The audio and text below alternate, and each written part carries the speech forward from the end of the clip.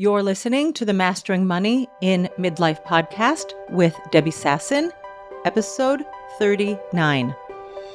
Welcome to Mastering Money in Midlife, a podcast for midlife women in business to overcome financial anxiety and make more money without burning out or sacrificing their families. Join certified life and money coach Debbie Sasson as she shares practical business strategies and mindset shifts that help you dissolve the money blocks that keep you stuck in a cycle of under-earning and under-saving, sabotage the growth of your business, and prevent you from building the wealth that you desire. Hello, my friends, and welcome back to the podcast. I have a surprise for you. Today is Monday.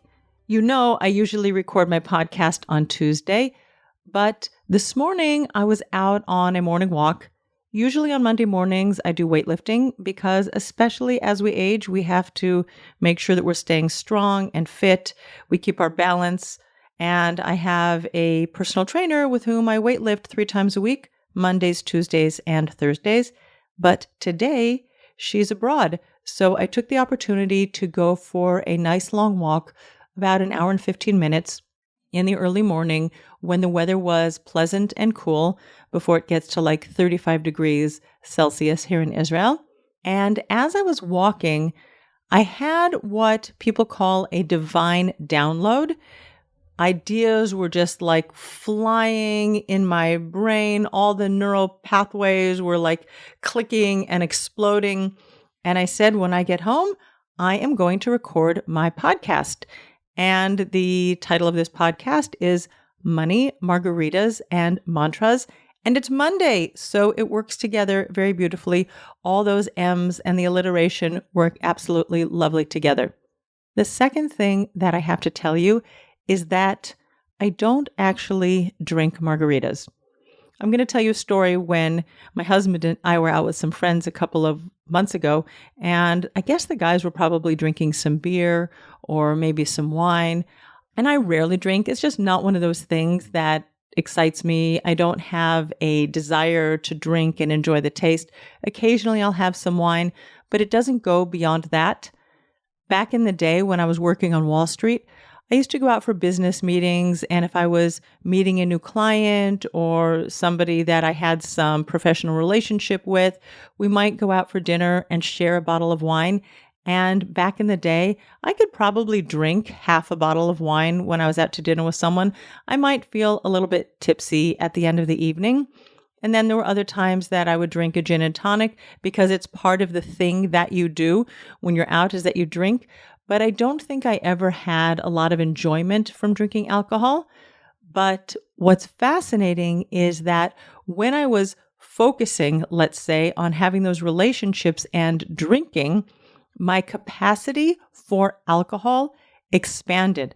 Like now, if I have a glass of wine, I'll feel very, very tipsy and I won't have like control of my balance. And I don't know if my words will slur, but it's just not something that I do. I don't have a very high capacity for alcohol these days, but I think that that is an important point to remember, which is wherever you put your focus, whether it's drinking alcohol and having business relationships, your capacity expands. That can be your physical capacity. Like if you're weight training, for example, the more you train with weights, your muscles will grow bigger and bigger, and you will have a healthier body and physique, and you'll be able to maintain your balance. And whether you're doing push-ups or sit-ups or press-ups, whatever you're doing, pull-ups, right, you will be able to perform at a higher level because your capacity for that activity has expanded.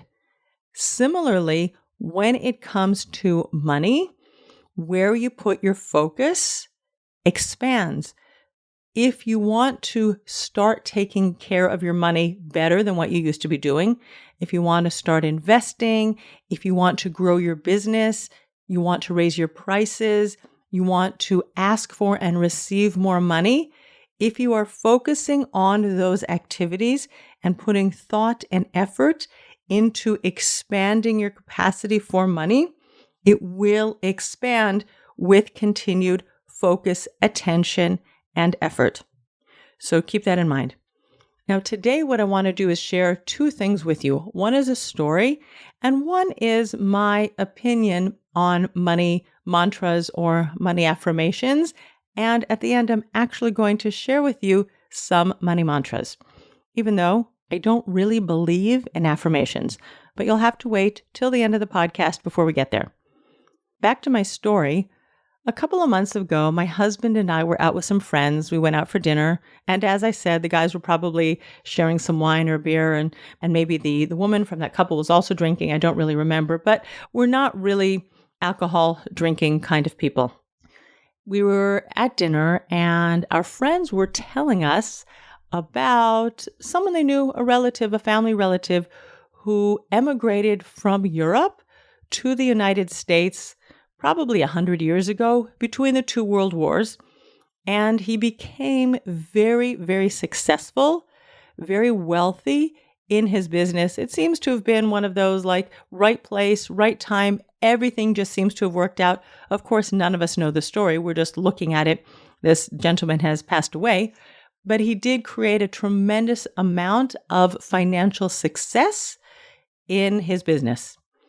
And he was able to take his financial success and do a lot of good in the world. He gave away tremendous amounts of money to schools and hospitals.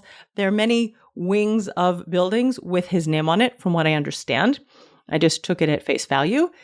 And yet, his family had a very negative perception of this gentleman.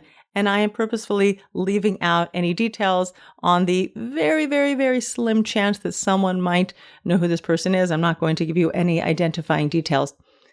But apparently, he was someone who was very demanding, uncompromising, hard to please.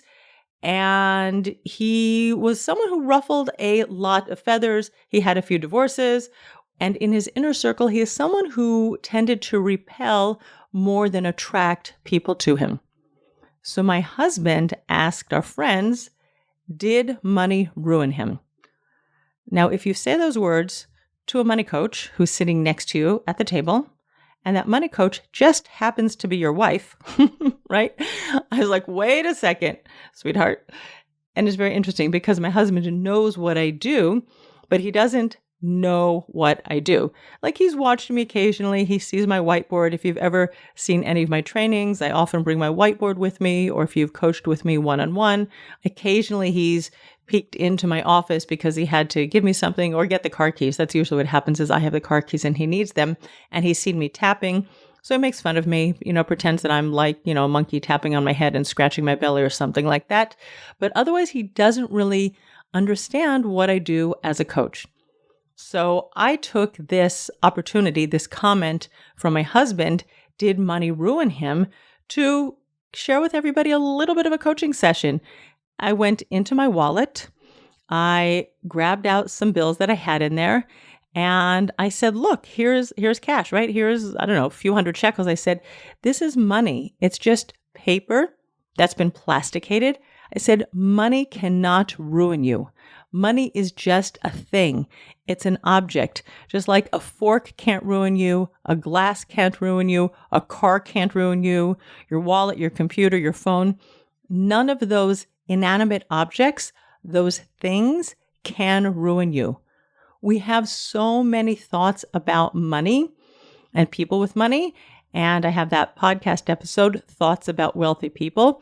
And that's exactly what I wanted to point out, is people do things and we have thoughts about the things that they do, and money can be the fall guy. And as my husband the words just sort of slipped out of his mouth, did money ruin him, is believing that money and wealth can ruin a person, can make him very self-centered, can make a person arrogant, can make a person demanding, short-tempered, evil, mean, manipulative, whatever words you want to use. But it is never the fault of the money. It is always the individual who has thoughts. And money is a neutral situation, a neutral circumstance in his or her life. And that person decides to act in a certain way because of the money. It is never the fault of the money. Money cannot do anything. You put a stack of bills on the table, you put a pile of coins on the table, and the money just stays there. It can't serve you dinner. It can't pour you a cup of coffee.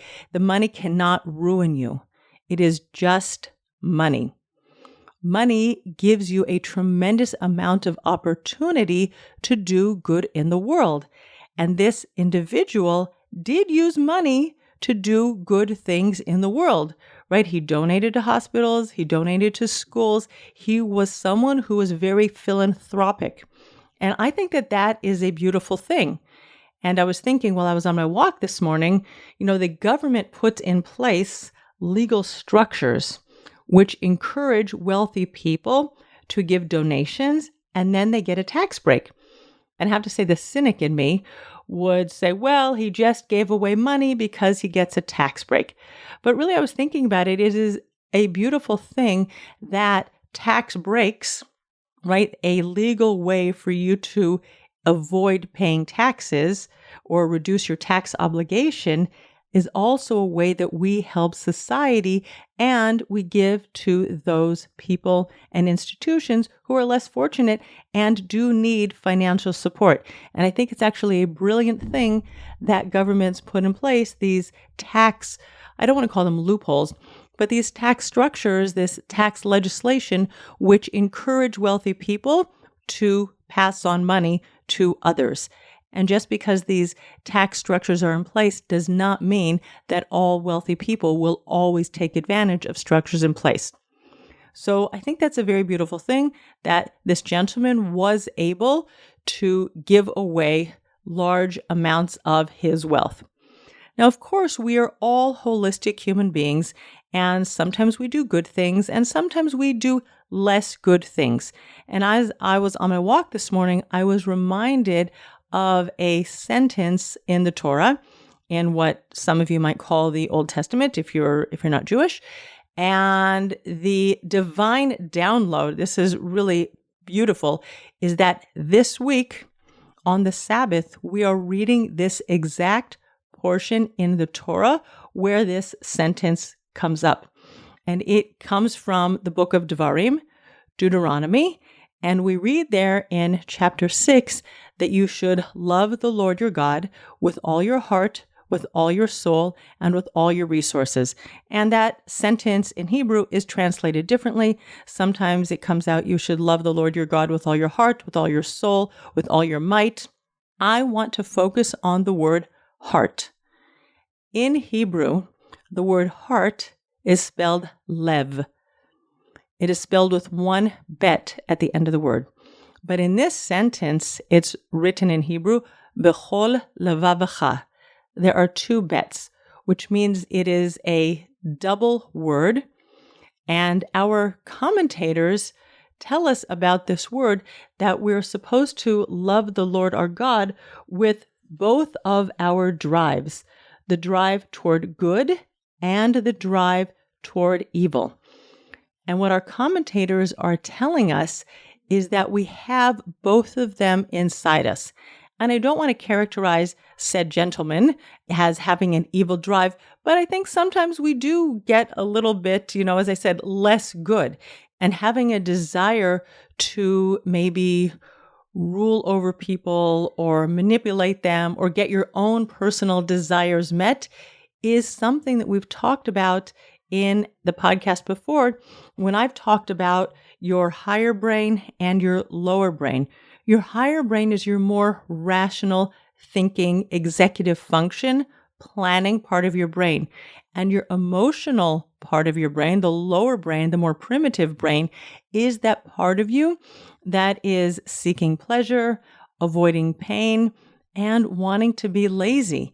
And so I think that when this man was really trying to, let's say, manipulate people or be short-tempered or desiring their respect in specific ways, again, I don't want to go into details, but his desire to be noticed and to have things his way in almost a toddler-like fashion is coming from his lower brain, from his emotional brain, those emotions and desires that are not necessarily rational.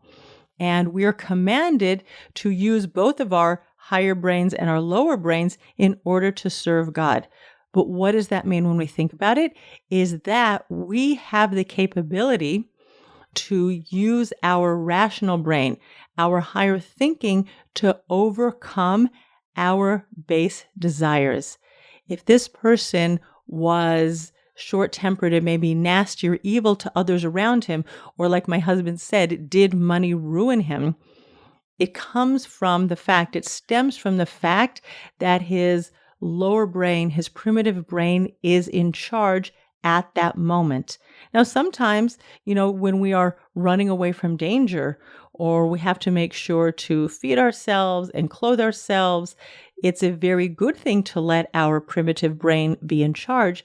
But at other times, when there is clearly no danger, we must use our rational thinking and our higher brain to overcome the triggers, right? When it comes to money, we all have emotional triggers, each one of us at our own level, and we have to become the person who uses again and again and again her higher brain to overcome those emotional triggers with money. It is never the money that ruins the person. It is always the way a person is thinking and feeling that is causing that person to do things and say things, or not do things and not say things. And that's coming from those more primitive desires and emotions. It is 100% normal, and we have to be aware and introspective and notice what's going on and really appreciate that we can use our higher thinking to overcome our more emotional reactions to money and money situations. So that was a little money coaching that I gave to all the people at the dinner table that evening. So let me share with you my thoughts about affirmations. Some people love them. I don't love them because our thoughts about money and our emotions about money are really wired deeply in our nervous system. And I think that that's actually what was happening with this gentleman, is that he emigrated as a teenager from Europe to the United States, and he built himself up from scratch. And I really do believe that his wiring around money was scarcity and lack, and perhaps even deprivation. I don't know exactly what year he arrived in the United States, but we do know in 1929 there was the Great Depression. I don't know what he lived through or what his situation was, but as a young man on his own in the United States, he probably had to work very hard, and there were probably many years where his reality was not a lot of money, not a lot of resources. Who knows if he even went hungry, right? He left as a teenager without his parents. Like, you can paint yourself a scenario of someone who was having a very hard time, and his wiring around money, I do believe, was scarcity and lack. And that wiring runs very, very deep. And unless you actually do the work to reprogram your nervous system around money, it's always going to be inside of you. You can use your higher brain.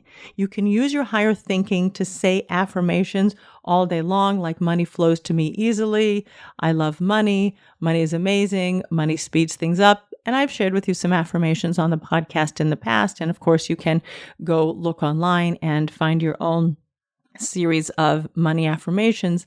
But if you have deep wiring around scarcity and lack, there is going to be a clash between what your emotions are telling you in your gut and in your body and what your higher brain is trying to create as your new reality. And sometimes the higher brain will be able to override the emotions and what's going on in your primitive brain, and sometimes it won't. And we're all normal. We're all human beings and we all have our own individual and unique wiring around money. And you want to know and notice what's happening with you around money. Where are you feeling triggered? And I shared on last week's podcast that I have been doing this money work for more than a decade, and still I was triggered by a couple of money events that I shared with you last week. You can say your affirmations, but until you really get into your gut and into your nervous system and start deconstructing and unraveling the money messages that you learned from your family of origin, and even there could be financial trauma from previous generations that's wired into your nervous system, it's very hard to change your money story by saying affirmations. That being said, yesterday was my Hebrew birthday, and I shared with people on my email list. And if you're not on my email list, by the way, you should join. Go to my website, debbiesasson.com/newsletter, and get on my email list, because of course you'll know when my podcast is coming out, but you'll be getting great things that I send out only to people who are subscribed to my email list. I shared yesterday on my Hebrew birthday because it is customary on your Hebrew birthday to bless others, and I bless the people on my email list with abundance and all the financial resources that they need. And I shared this money mantra that I use from time to time in my own work, and I'm going to read it to you. And in fact, this morning when I was on my walk, I said, you know what? My money mantra needs an additional line at the very end, and you guys are getting the most up-to-date version of my money mantras. So here we go. I believe that we live in an abundant universe created by an infinite creator. I accept money as a positive force and ally in my life.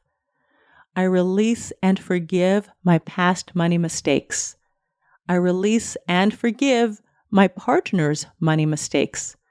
I accept responsibility for myself and my financial well-being. Abundance is available to me right here, right now. I release any obstacle, doubt, or limitation that exists in my mind. I free all illusions of lack. I know there is more than enough. I have enough. I am enough. I am willing and ready to receive financial abundance with ease, openness, and a grateful heart.